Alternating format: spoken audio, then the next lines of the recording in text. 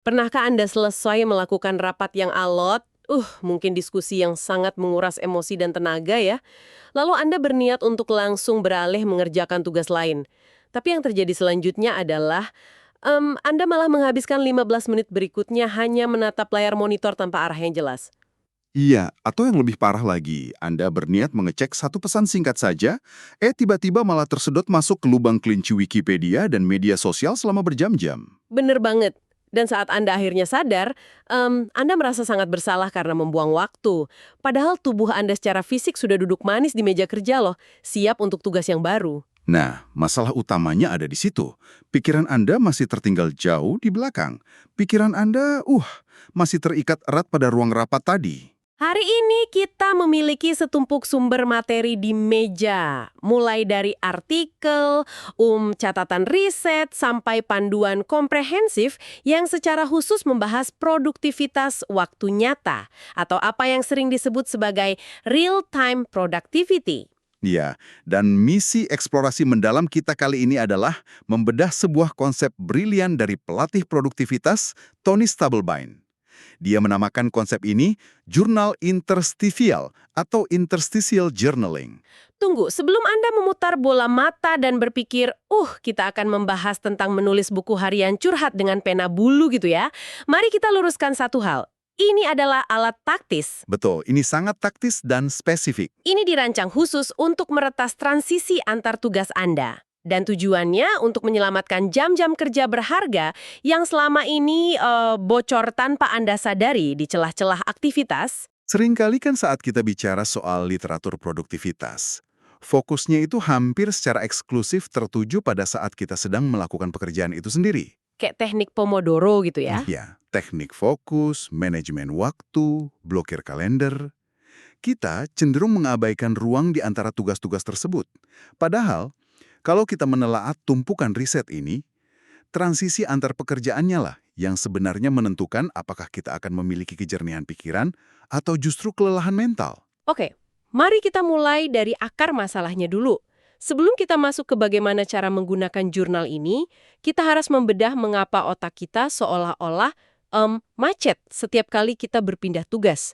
Mengapa kita nggak bisa langsung lancar saja pindah gigi gitu? Karena realita biologis dari otak kita memang tidak memungkinkan peralihan instan. Ketika Anda berpindah dari, misalnya menyusun laporan keuangan yang melibatkan banyak logika matematika, langsung pindah ke membalas email klien yang membutuhkan empati dan komunikasi sosial.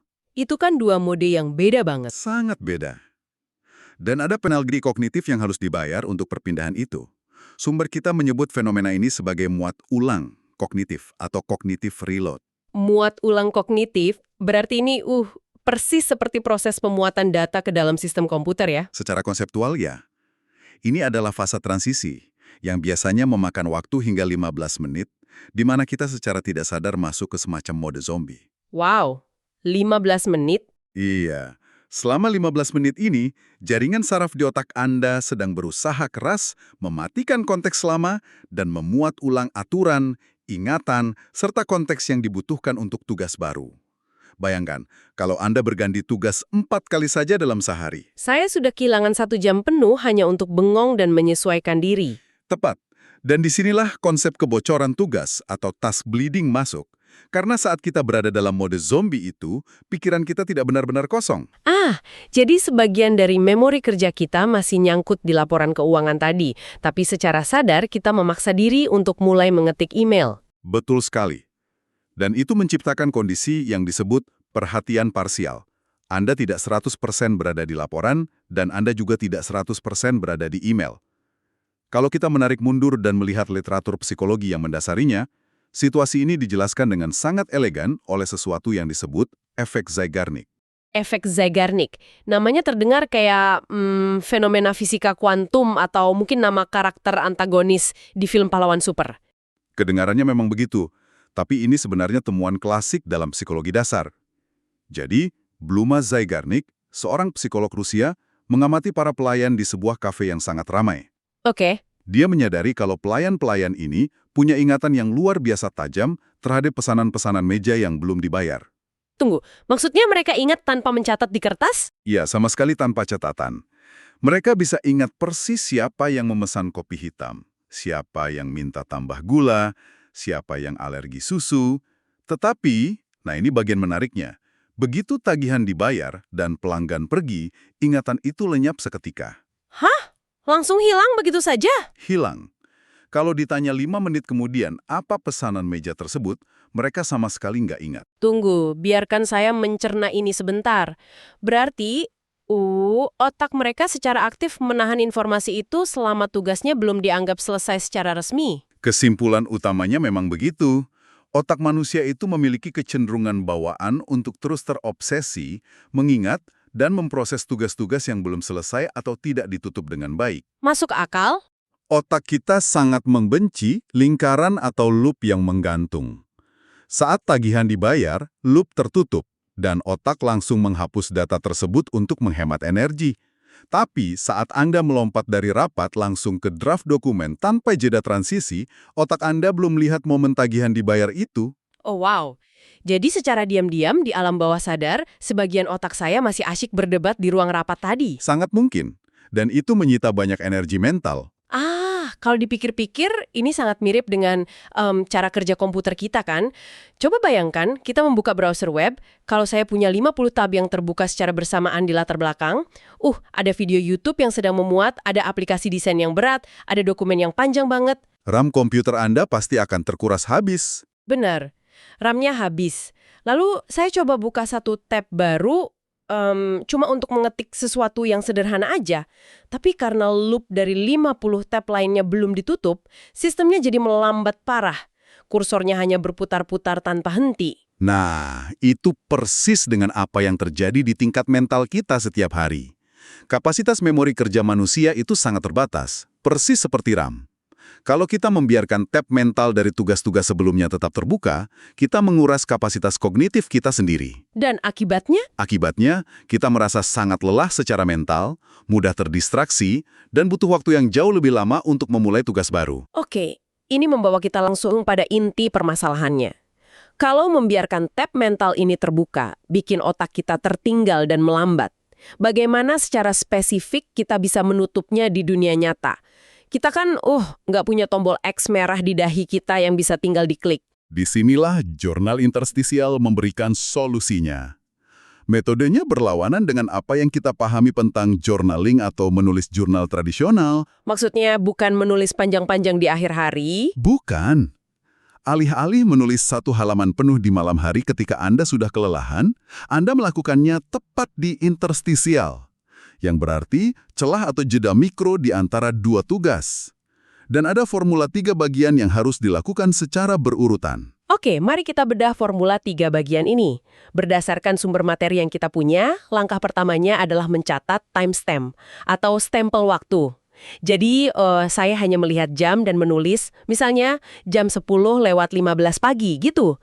Terlihat sangat sepele sih. Jangan tertipu oleh kesederhanaannya loh. Mencatat timestamp itu adalah mekanisme grounding. Grounding maksudnya untuk membumikan pikiran kita. Dan beban email yang akan datang, menuliskan waktu saat itu juga memaksa otak Anda untuk kembali secara instan ke momen masa kini. Menarik. Setelah kita menancapkan jangkar dengan timestamp ini, kita masuk ke langkah kedua, yaitu retrospektif atau penutupan. Ini adalah fase di mana Anda menulis 1 atau 2 kalimat pendek tentang apa yang baru saja Anda selesaikan. Dan ini bukan sekedar update status pekerjaan, kan? Sama sekali bukan. Karena sumber kita menyebutkan bahwa di sini kita membuang sisa pikiran yang mengganggu atau mendokumentasikan emosi yang tersisa. Misalnya saya menulis, selesai bikin laporan anggaran, tapi kepala saya pusing banget karena data dari tim marketing benar-benar berantakan. Tepat. Dan kalimat pendek itulah yang menjadi tombol X merah untuk tab browser mental Anda tadi. Langkah retrospektif ini dirancang secara khusus untuk menetralisir efek Zeigarnik. Jadi ini cara kita membayar tagihannya. Betul. Dengan mengekspresikan status tugas dan emosi yang menyertainya secara tertulis, Anda memicu semacam pembersihan cache mental.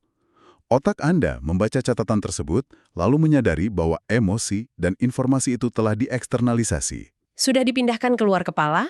Iya, sudah disimpan dengan aman di luar pikiran Anda. Sehingga otak akhirnya merasa cukup aman untuk melepaskan dan menutup loop tersebut. Tunggu sebentar. Saya harus menghentikan Anda di sini. Karena jujur saya cukup skeptis dengan gagasan menuliskan emosi negatif di tengah hari kerja. Skeptis bagaimana? Gini, kalau saya baru saja keluar dari panggilan telepon dengan klien yang bikin saya luar biasa frustrasi. Bukankah mendokumentasikan emosi itu, maksud saya menulis saya sangat marah pada klien, itu bukankah itu malah memvalidasi kemarahan saya? Bukankah itu bikin saya makin terperosok ke dalam emosi itu? Logika saya sih bilang sebaiknya saya langsung aja buka spreadsheet berikutnya dan kerja keras buat melupakan kemarahan itu. Logika seperti itu memang sangat umum, tetapi literatur psikologi kognitif menunjukkan hal yang justru sebaliknya. Oh iya? Gimana tuh? Kalau Anda mencoba menekan emosi tersebut dan langsung melompat paksa ke spreadsheet, amigdala Anda, yaitu pusat emosi di otak, itu masih dalam keadaan aktif. Emosi kemarahan itu tidak hilang sama sekali. Terus dia kemana? Dia hanya berpindah ke latar belakang pikiran Anda dan perlahan akan mewarnai cara Anda merespon pekerjaan berikutnya. Tanpa sadar, Anda mungkin bakal membalas email rekan kerja dengan nada pasif-agresif hanya karena Anda masih kesal dengan klien tadi. Astaga. Jadi dengan menyembunyikannya, emosi itu malah membocorkan racunnya ke tugas baru saya. Tepat sekali. Namun, dengan mengeksternalisasikannya secara eksplisit, misalnya menulis "saya frustrasi karena klien mengubah tenggat waktu sesuka hati", dengan melakukan itu, Anda secara harfiah memindahkan proses informasi dari pusat emosi ke korteks prefrontal. Korteks prefrontal itu area logika kita, kan? Benar, area logika dan penalaran. Anda mengubah ancaman internal yang tadinya tidak berwujud menjadi sekedar serangkaian kata objektif di atas kertas. Penurunan intensitas emosional ini terjadi hampir seketika. Dan ini memungkinkan Anda untuk benar-benar fokus pada tugas berikutnya dengan slate atau papan tulis mental yang sudah bersih. Oke, saya mengerti sekarang. Kita pada dasarnya membuang sampah mental ke tempat sampah yang semestinya, yaitu di jurnal kita. Bukannya malah menumpahkannya ke atas meja kerja tugas kita yang berikutnya. Luar biasa. Analogi yang sangat bagus. Nah, sekarang papan tulis mental kita udah bersih, kita udah melakukan timestamp dan retrospektif. Langkah ketiga dan terakhir dari formula ini adalah Langkah selanjutnya atau niat. Ini bentang tugas yang akan datang. Iya. Langkah retrospektif tadi memang mendamaikan kita dengan masa lalu. Tetapi langkah ketiga ini adalah mesin utama yang menjamin momentum masa depan kita tidak terhenti oleh penundaan atau prokrastinasi. Dan aturan dalam sumber kita sangat kaku mengenai bagaimana Anda mendefinisikan langkah selanjut ini.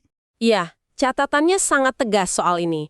Dilarang keras menuliskan nama proyek secara utuh. Anda, tidak boleh menulis mulai kerjakan proyek X gitu. Sama sekali tidak boleh. Alih-alih, Anda harus memecahnya menjadi tindakan fisik paling pertama yang sangat literal. Alih-alih menulis riset pesaing klien, Anda diharuskan menulis hal-hal yang terdengar konyol seperti buka Google Sheet dan urutkan angka mentahnya berdasarkan abjad. Mengapa kita harus menurunkan instruksinya sampai ke tingkat anak taman kanak-kanak seperti ini? Ini adalah respons langsung terhadap sebuah konsep yang menjembatani fisika dan psikologi yang disebut energi aktivasi. Energi aktivasi. Dalam ilmu kimia, energi aktivasi adalah jumlah energi minimum yang mutlak dibutuhkan untuk memulai suatu reaksi. Nah, dalam perilaku manusia, setiap tugas, apalagi tugas yang tidak kita sukai atau yang membingungkan, itu memiliki dinding resistensi psikologis. Dan kalau saya menulis di jurnal saya, kerjakan proyek X. Otak Anda akan langsung melihat sebuah gunung raksasa. Dinding resistensinya sangat tinggi dan energi aktivasi yang dibutuhkan untuk melompatinya terasa mustahil. Saat itulah respons penundaan Anda dipicu. Saya merasa kewalahan, lalu secara impulsif saya buka media sosial untuk mencari pelarian dopamin cepat. Persis. Sebaliknya, ketika Anda mendefinisikan langkah selanjutnya sebagai klik icon Microsoft Word, energi aktivasi yang dibutuhkan turun drastis mendekati nol. Karena itu gampang banget ya. Sangat gampang. Itu adalah tindakan fisik murni, bebas dari ambiguitas atau ketakutan akan kegagalan. Dan begitu Anda mengklik icon itu, hukum inersia mengambil alih. Jauh lebih mudah untuk terus bekerja setelah Anda berhasil memulai. Ini bikin saya teringat, pernahkah Anda mendengar trik tentang olahraga pagi? Maksudnya trik meletakkan sepatu lari? Betul.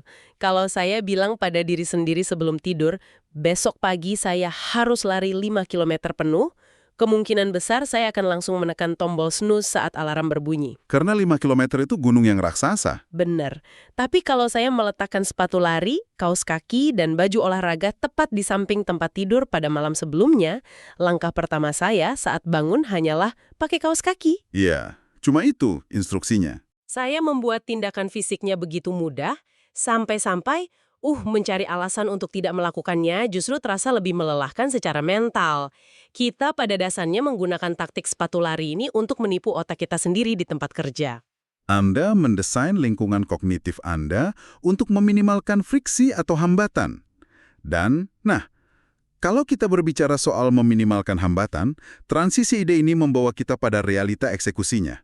Eksekusi jurnalnya itu sendiri ya? Iya, karena sehebat apapun teori energi aktivasi dan efek Zeigarnik ini, sumber-sumber kita dengan sangat jujur menyatakan bahwa ada satu musuh besar yang sering menggagalkan metode ini di lapangan. Alatnya? Dan sifat perfeksionis kita sendiri. Panduannya dengan sangat jelas menyatakan kalau Anda membutuhkan waktu lebih dari 3 detik untuk membuka jurnal tersebut, kebiasaan ini sudah mati sebelum dimulai. 3 detik? Itu sangat brutal loh. Tapi itu kenyataannya. Kecepatan harus diutamakan di atas segalanya.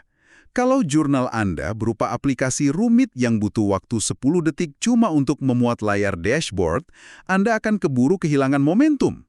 Begitu pula kalau Anda menggunakan buku catatan fisik, tetapi terus-menerus menyimpannya di dalam resleting tas Anda. Jadi apa rekomendasinya biar kita nggak gagal?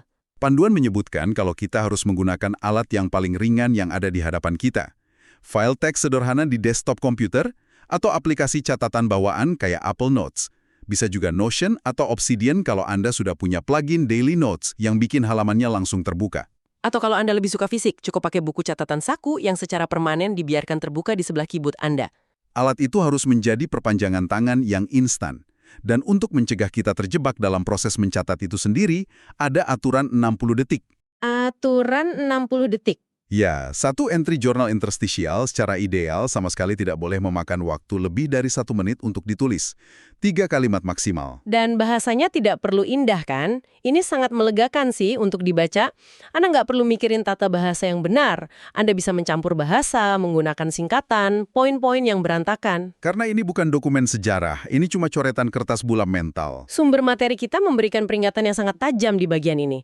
Kalau Anda menulis satu entry selama lebih dari 2 menit, Anda sudah tidak lagi membuat jurnal interstisial. Anda sedang menunda pekerjaan. Nah, ini poin yang sangat menarik. Saya sangat mengenal diri saya sendiri, dan saya bisa melihat sebuah celah besar di sini. Bagaimana kalau saya malah menggunakan seluruh proses jurnal interstisial ini sebagai bentuk prokrastinasi terselubung? Prokrastinasi terselubung gimana maksudnya? Anda tahu kan, ketika kita merasa sangat produktif karena kita sibuk mengatur-atur sistem, saya bisa ngebayangin diri saya menghabiskan 20 menit cuma buat mewarnai tag di Notion, merapikan format timestamp biar rapi banget, dan merasa bangga kalau saya ini sangat terorganisir. Padahal sebenarnya saya hanya menghindari proyek utama saya. Itu adalah jebakan klasik yang sering disebut sebagai prokrastinasi produktif. Anda merasa sibuk, namun kenyataannya Anda tidak menciptakan nilai apapun.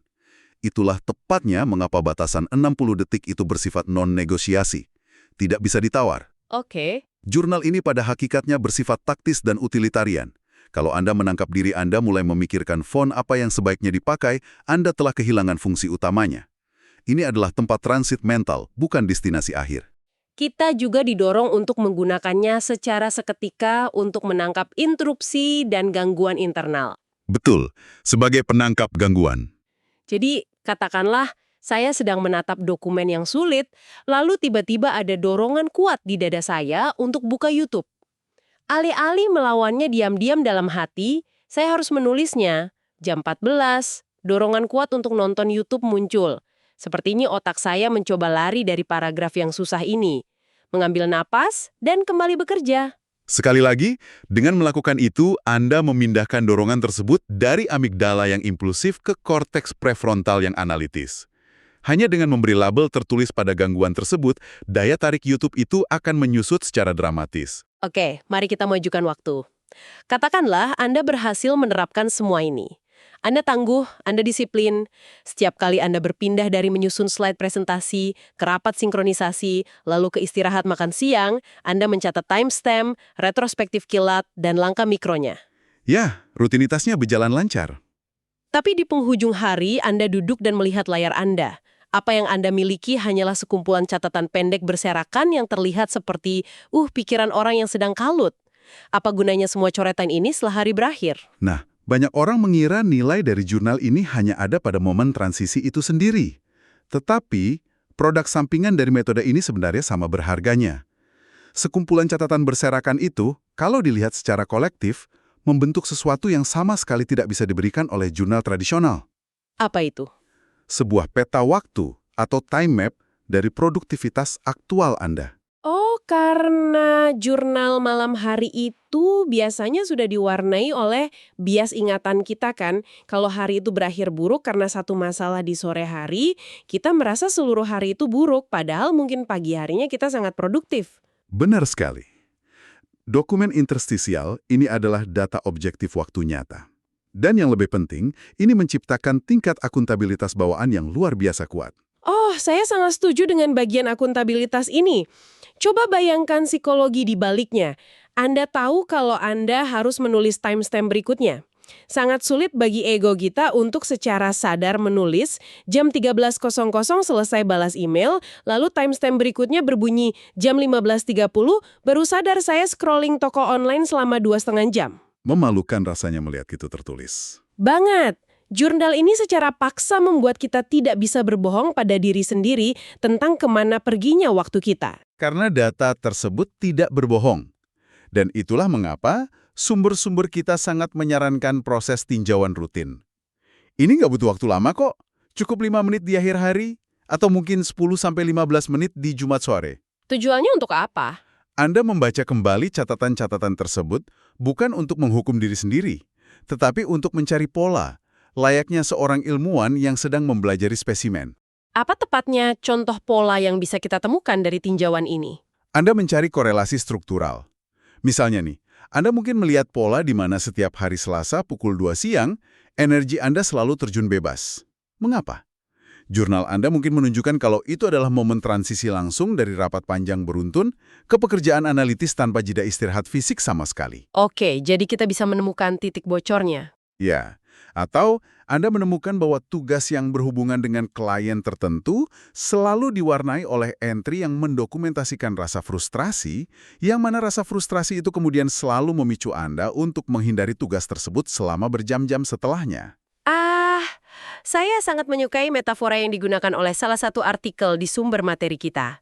Mereka menyebut jurnal interstisial ini seperti black box atau kotak hitam perekam penerbangan di pesawat terbang.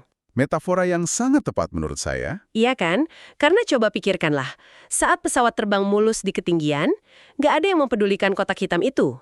Sama seperti saat hari kerja kita mengalir dengan produktif, jurnal itu hanya berjalan diam-diam di latar belakang. Tapi saat terjadi guncangan, Nah, saat pesawat mengalami turbulensi hebat atau dalam kasus kita saat hari kerja kita benar-benar berantakan, fokus kita hancur lebur, dan kita tidak menghasilkan apa-apa selain rasa cemas, kita nggak perlu lagi menebak-nebak apa yang salah.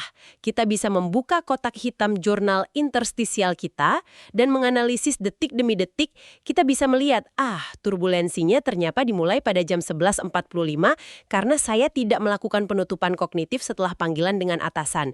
Kita punya bukti empiris di tangan kita. dan wawasan semacam itulah yang mentransformasi cara kita bekerja secara fundamental. Mayoritas profesional yang sering mengeluh bahwa mereka kekurangan waktu sebenarnya memiliki masalah yang berbeda. Ketika mereka menganalisis kotak hitam mereka menyadari kalau waktu yang mereka miliki itu sebenarnya cukup. Lalu apa yang salah? Yang tidak mereka miliki adalah batasan energi yang baik. Energi mereka bocor dengan sangat deras di celah-celah transisi yang tak tertata akibat muat ulang kognitif yang terus-menerus memakan kapasitas memori mereka. Luar biasa. Jadi, kalau kita merangkum eksplorasi mendalam yang sangat kaya wawasan ini, jurnal interstisial bukanlah tentang menulis buku harian.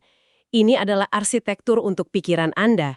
Ini adalah cara yang sangat sistematis untuk mengambil waktu tunggu, waktu bengong, dan lubang hitam kognitif di hari Anda, lalu mengubahnya menjadi jeda strategis. Melalui ritual 3 langkah kilat, Iya, ritual kilat, mencatat waktu saat ini, mengeksternalisasi sisa tugas lama untuk membersihkan RAM otak Anda, dan merumuskan langkah fisik yang sangat remeh untuk menghancurkan dinding resistensi tugas baru. Dengan begitu, Anda pada dasarnya mengambil alih kembali kendali penuh atas kemana arah pikiran Anda bergerak.